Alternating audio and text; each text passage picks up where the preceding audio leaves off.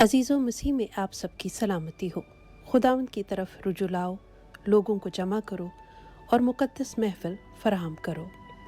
अपने गुनाहों को तस्लीम करना, उनका खुदा के सामने इकरार करना इंतहाई ज़रूरी है।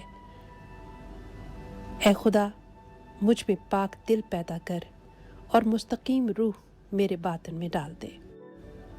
अजीज़ो, यूं तो ज़िंदगी गुजारना कोई फूलों की सेज नहीं। हमारी ज़िंदगी में बहुत सी मुश्किलात आती रहती हैं और हमें बहुत सारी आजमाइशों से गुज़रना पड़ता है। आज का हमारा टॉपिक यही है कि हमें अगर खुदावंद की बादशाही में दाखिल होना है तो आजमाइशों से गुज़रने की क्यों ज़रूरत है। क्यों हमें दुनिया में रहते हुए अपने सुख के लिए, अपनी आसाइशों की फ़िक्र नहीं करनी, बल्कि आजमाइशों को वेलकम करना है। तो खुदावंद आज के कलाम के वसीले से हम सबको बरकत दे। हमारे साथ मौजूद हैं पास्टर सरफराज रहमत। आइए आज का जो कलाम का हिस्सा खुदा ने उन्हें दिया है, हम सब मिलकर उसे सुने और बरकत हासिल करें।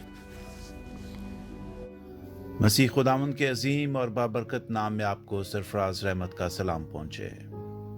आज एक मर्तबा फिर हम रोज़ा के तलक से खुदावंद के पाक कलाम से तलावत करेंगे और मैं छोटे छोटे वाक़यात जो रोज़ा और दुआ के तलक से हैं वो बाइबल से पढ़ूंगा और फिर उनके ऊपर थोड़ी सी बात किया करेंगे, क्योंकि अगर मैं ज़्यादा लंबी बात करूंगा तो फिर हमारा टाइम आगे बढ़ जाता है। तो मैं चाहता हूँ आपको बिल्कुल शॉर्ट मैसेज देकर बातों को समझाया जा सके।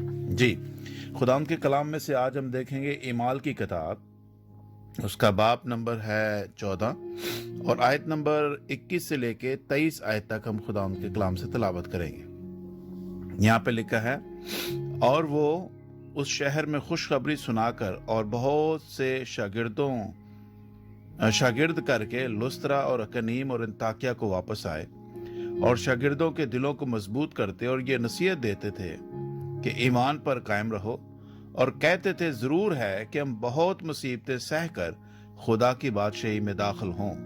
और उन्होंने हर एक कलीसिया में उनके लिए बुजुर्गों को मुकर्रर किया और रोज़ा और दुआ करके उन्हें खुदावंद के सुपुर्द किया जिस पर वो ईमान लाए थे। खुदावंद के कलाम के पढ़े और सुने जाने पर खुदावंद की बरकत हो।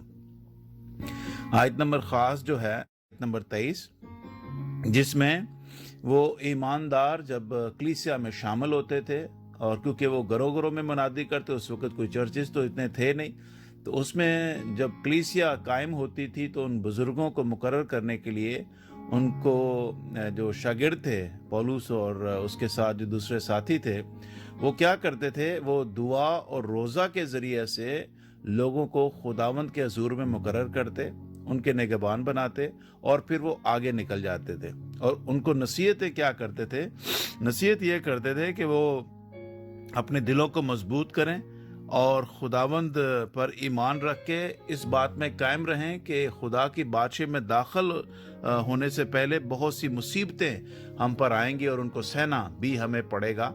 और मेरे बहनों और भाइयों, रोज़मर्रा ज़िंदगी में आपको अक्ल और दनाई के साथ चलने, रोज़मर्रा ज़िंदगी में खुदा के जो है वो इल्हाम के साथ चलने, रोज़मर्रा ज़िंदगी में खुदा की पाक मर्ज़ी के ताबे होकर चलने में भी आपको दुआ और रोज़े की ज़रूरत होती है। देखिए, दोनों चीज़ों में फ़र्क नहीं होना चाहिए। आपकी रोज़मर्रा ज़िंदगी में और दुआ और रोज़े में आपका खुदा के साथ राब्ता भी हो, और आप रोज़मर्रा ज़िंदगी में भी अगर आपका तज़ाद है, फॉर एग्ज़ाम्पल आप दुआ और रोज़े में भी हैं, और जब आप डेली लाइफ में आप एक दूसरे से मिलते हैं, आप अपने दफ्तर जाते हैं, आप दोस्तों से मिलते हैं, आप अपने अजीज़ों से मिलते हैं, तो आपके रवैये में खुदा वाज़े तब्दीली को पैदा करता है, आपकी बोलचाल में खुदा वाज़े तब्दीली को पैदा करता है, आपके रहन सहन में खुदा वाज़े तब्दीली को पैदा करता है। एक बात को पहले समझ लें, रोज़ा हम पर फ़र्ज नहीं है।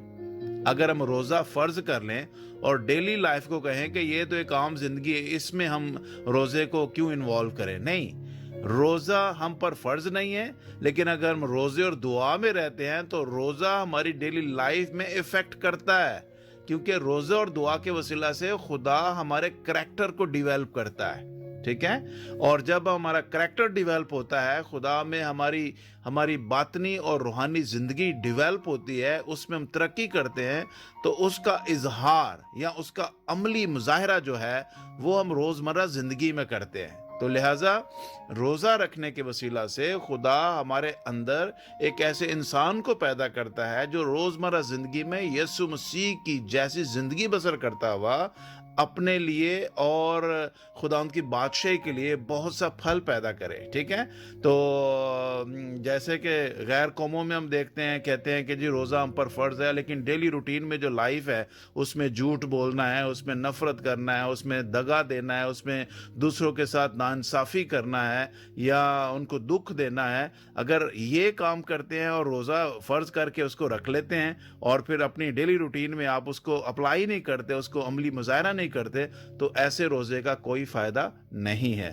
تو میں نے جو آج آپ کے سامنے حوالہ پڑھا ہے وہ پڑھا اعمال 14واں باب، اس کی 23ویں آیت میں لکھا ہے کہ جب کلیسیا بڑھتی جاتی تھی، شاگردوں کا شمار بڑھتا جاتا تھا، کلیسیا میں بزرگوں کو مقرر کیا جاتا تھا اور پھر انہیں دعا اور روزہ کے وسیلہ سے خدا کے سپرد کیا جاتا تھا، تاکہ کلیسیا میں جب ایسے لوگ اکٹھے ہوں گے جو رسول اور شاگرد اور خدا کی بندگی کرنے والے ایماندار پیدا ہوں گے، تو ان کی روزمرہ زندگی سے بھی یہ بات ظاہر ہوگی کہ خداوند ہم سے کیا چاہتا ہے. خدا ہماری باطنی اور روحانی زندگی کو کیسا خوبصورت بناتا ہے کہ ہم ہر ایک کے ساتھ جب ملتے ہیں، بات چیت کرتے ہیں، ہمارے لہجے سے، ہماری گفتگو سے اس بات کو جانا جائے کہ ہم خداوند کے لوگ ہیں اور ہم لوگ خداوند کے روح کے وسیلہ سے نئی پیدائش کا غسل لے کر اس دنیا میں اس لیے جیتے ہیں تاکہ خدا کا جلال ظاہر کریں. خداوند آپ سب کو اس کلام کو وسیلہ برکت بخشے اور روزے کی اہمیت کو آپ کو سمجھنے کا خدا فضل بخشے.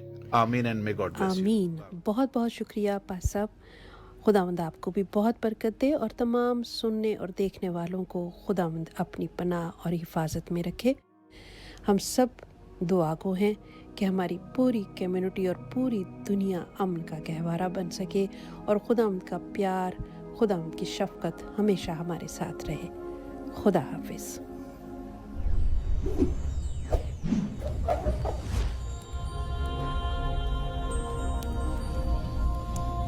Jesus is the light of the world.